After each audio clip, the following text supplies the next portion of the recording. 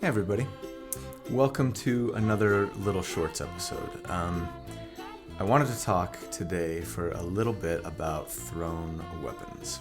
So, I've been getting a lot of requests to do a thrown weapon build for quite a while now, especially since Tasha's came out. It came in second place in the poll that I did a week and a half ago on, what do you guys want to see next? What episode do you want to see next? Wizards, I feel, has been trying really hard recently to make thrown weapons more attractive, more viable. A couple of big things that they've done. One is add, obviously, the thrown weapon fighting style option for fighters and rangers. And of course, if you take the fighting initiate feat, you could grab it. And even giving artificers, an infusion that lets them make a thrown weapon magical and automatically return back to their hand immediately after throwing it, which is really cool. Not everybody's going to have access to the artificer infusion, so let's specifically kind of dial in on that thrown weapon fighting style for a second. +2 to damage for every thrown weapon attack that you land. That's pretty good. It's almost as good as a free D4 of damage on every hit, right? If you could find a way to get lots of attacks, maybe couple it with some additional fighting styles, some other great feats, I could see it being really strong in theory. I would love to combine it with archery, for example, and get both a +2 to hit and a +2 to damage on all of my attacks. Here's the problem. Similar to the way that two-weapon fighting almost always lags behind great weapon fighting due to the great synergy, and some might argue overpowered nature, of great weapon master feat combined with polearm master feat. And I went over that, right, in another short episode, the two-weapon fighting issue.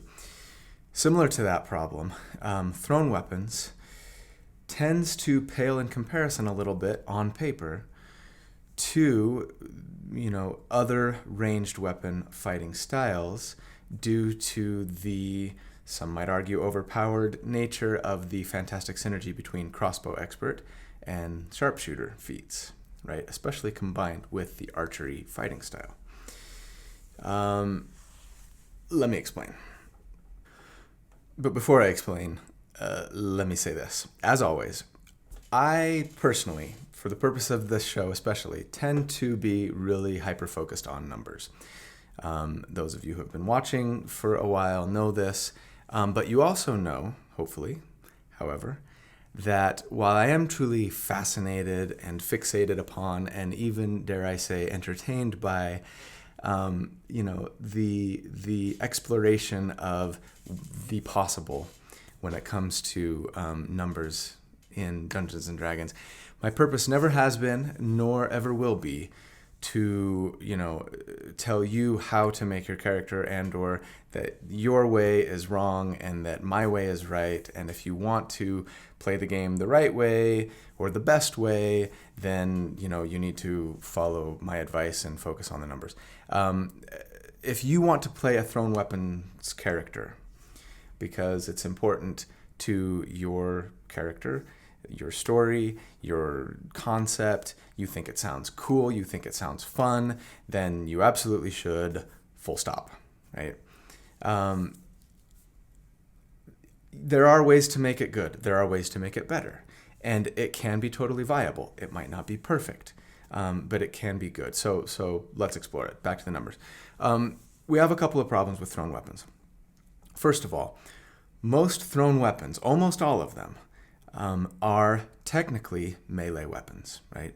So your hand axes, your javelins, your light hammers, etc. They are qualified, they are technically listed as melee weapons, and as such, rules as written, you can't use them and still benefit from the sharpshooter feat, which gives you the -5 to hit and +10 to damage, which is just really strong, right? So here's what the sharpshooter feat says specifically. Before you make an attack with a ranged weapon that you are proficient with, you can choose to take a -5 penalty to the attack roll. If the attack hits, you add +10 to the damage. So using a throwing axe, for example, doesn't qualify because technically a throwing axe is a melee weapon, not a ranged weapon. Even though it has the thrown property, even though it has a ranged number tied to it, right? And thus, your DM may decide, you know what, I'll let it count. It's kind of a ranged weapon, whatever. You're using it as a ranged weapon, whatever. But rules as written, it doesn't really work. So similarly, those weapons, those melee weapons, the hand axes, the javelins, the light hammers, the daggers even, can't qualify for the archery fighting style that gives you a +2 to hit, which is especially nice when coupled with the sharpshooter feat because you get that -5 to hit penalty. So it really helps ease that penalty and give you that +10 damage more reliably, right? The archery fighting style dictates you gain a +2 bonus to attack rolls you make with ranged weapons. And hand axes are not ranged weapons, they are melee weapons. No problem, Critlander, you may say. I'll just use darts. Because darts are considered ranged weapons. They're thrown weapons, they are ranged weapons, unlike most other ranged weapons. And you know what? You'd be right. In fact, darts and nets are the only thrown weapons that are classified as ranged weapons. But that brings us to our next problem. In order to really benefit from the archery style, the thrown weapon style, and sharpshooter, we want to be making as many attacks as possible, right? And ranged weapons don't qualify for two-weapon fighting that lets us make attacks with our main hand, if you want to call it that, and then make a bonus action attack using a weapon that we're holding in our other hand, right? That only works if they are melee weapons. So here's what the rules for two-weapon fighting state, just to be clear. When you take the attack action and attack with a light melee weapon that you're holding in one hand, you can use a bonus action to attack with a different light melee weapon that you're holding in the other hand. Now, yes, it also states if either weapon has the thrown property, you can throw the weapon instead of making a melee attack with it. But that doesn't mean the weapons don't have to be melee. It just says that if they have the thrown property, you can throw them, but they still need to be melee weapons if you want to get that extra bonus action attack. And so we are at an impasse. Do you want more attacks, or do you want your attacks to hit harder? And depending on which you choose, you're going to either take melee weapons or ranged weapons, hand axe or a dart, for example. A level 5 martial character with extra attack. Let's say you're a fighter, you get to level 5, you get extra attack, right? If you were throwing hand axes, which are melee weapons, for example, you would get 3 total attacks: attack, extra attack, bonus action attack, right? But you wouldn't be able to apply the archery style to them, and you wouldn't be able to apply the sharpshooter feat to them. On the other hand, if that same character were throwing darts, they could use the archery fighting style and they could apply sharpshooter feat, but they would only get 2 attacks. They would not get a third with their bonus action, right? So which is better? Let's look at the numbers. Let's look at the dart thrower first. Let's say you're a variant human, so you can pick up a free feat. You're a fighter because they get a fighting style that we want, right? So you take as your fighting style, you take the archery fighting style, and then as your free feat that you get at level 1 as a variant human, you take your fighting initiate, so you can pick up the thrown weapon fighting style as well. So now you have both, right? And then when you get to level 4, you take the sharpshooter feat, so you can use sharpshooter. You'd have a 16 dex, right? Assuming point buy. At level 5, you would do, against an enemy with 10 armor class, you would do 25 damage per round on average. And against an enemy with a 20 armor class, you'd do 7 damage per round. Now, the axe thrower version looks like this. Again, fighter, Variant human, you take as your fighting style the thrown weapon fighting style. As your free feat at level 1, you'd probably want to go 2-weapon fighting, because that would let you apply your strength bonus to the attack you make as a bonus action, right? And again, it would be strength, because these are not ranged weapons and they don't have the finesse property, a hand axe anyway. So you would be making strength. But anyway, so that's good, because on that bonus action, you'd get to add your strength modifier. You like that. Then at level 4, you don't need any other feats, so you get to bump your strength to 18. So you have a higher ability score. That's great. So this character against an enemy with a 10 armor class at level 5 would do 26 damage, and against an enemy with a 20 armor class, it would be 12. So a little better at lower armor classes and significantly better at higher armor classes, right? So problem solved. We've answered the question. The axe thrower wins. The axe thrower is the superior approach, and you can just ignore sharpshooter, confident knowing that you are the best thrown weapon damage dealer out there. But here's the thing. Both thrown weapon approaches still pale in comparison to another ranged weapon attacker that we could create, right? Not using thrown weapons. There is a way to do ranged weapon damage and get 3 attacks in a turn and be able to apply sharpshooter to all 3 of them. And it's, we've gone over it in a couple of builds on this show before, but in case you haven't seen those or are unaware, you take the Crossbow Expert feat, which lets you take a bonus action attack with a hand crossbow as long as you take the attack action with a one-handed weapon. And since the hand crossbow is a one-handed weapon, assuming you're level 5 and you have extra attack, you could attack, extra attack, bonus action attack, and get 3 attacks with the hand crossbow. It's a ranged weapon, so it qualifies for the archery fighting style, and it qualifies for the sharpshooter feat. Okay, so again, variant human, you take your free feat is the crossbow expert.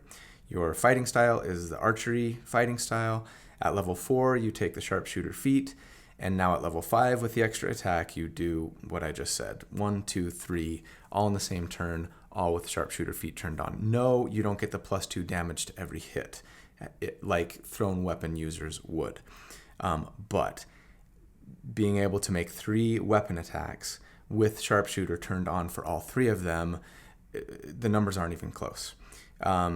Against a 10 armor class, this same character would be doing 35 damage per round, which is, 30% or so more.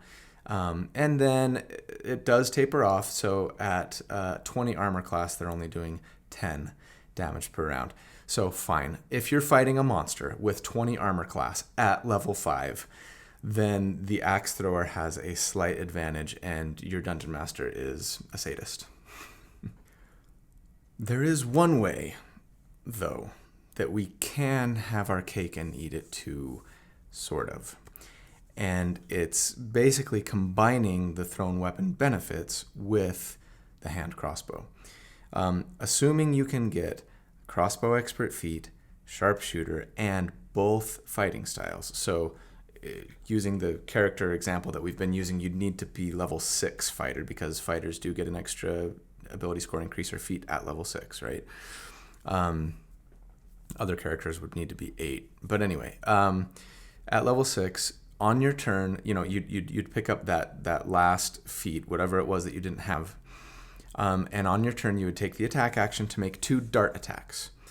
And you can do that if you have the thrown weapon fighting style, right? You can draw and throw as a single attack multiple times in a turn. So 2 dart attacks, and then since darts are one-handed weapons, hand crossbow attack as your bonus action, right?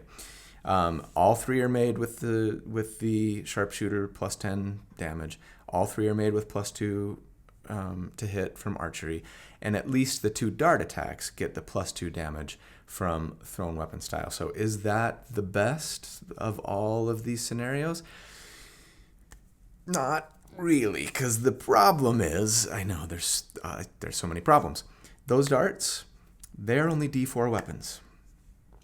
The hand crossbow is a D6. So on average, a D4 does 2.5 damage per round. A D6 does 3.5. So giving +2 damage to a dart attack really only is one higher than a than a hand crossbow attack, right? But you, because you wanted the thrown weapon fighting style, had to take a feat to get there. And the person just going hand crossbow all the way could have instead bumped their dexterity, and so now they would have a +1 to hit and +1 to damage advantage, right? And so the damage is the same for the dart thrower with the thrown weapon fighting style and the hand crossbow user with a higher dexterity score. Are you with me? But the hand crossbow user has a +1 to hit advantage over the dart thrower, and so they still have the advantage. Now, okay, fine. What about if their dexterity is capped? At that point, doesn't the dart thrower have the advantage? Arguably, yes. But by then you're level 12. The campaign's probably over, right?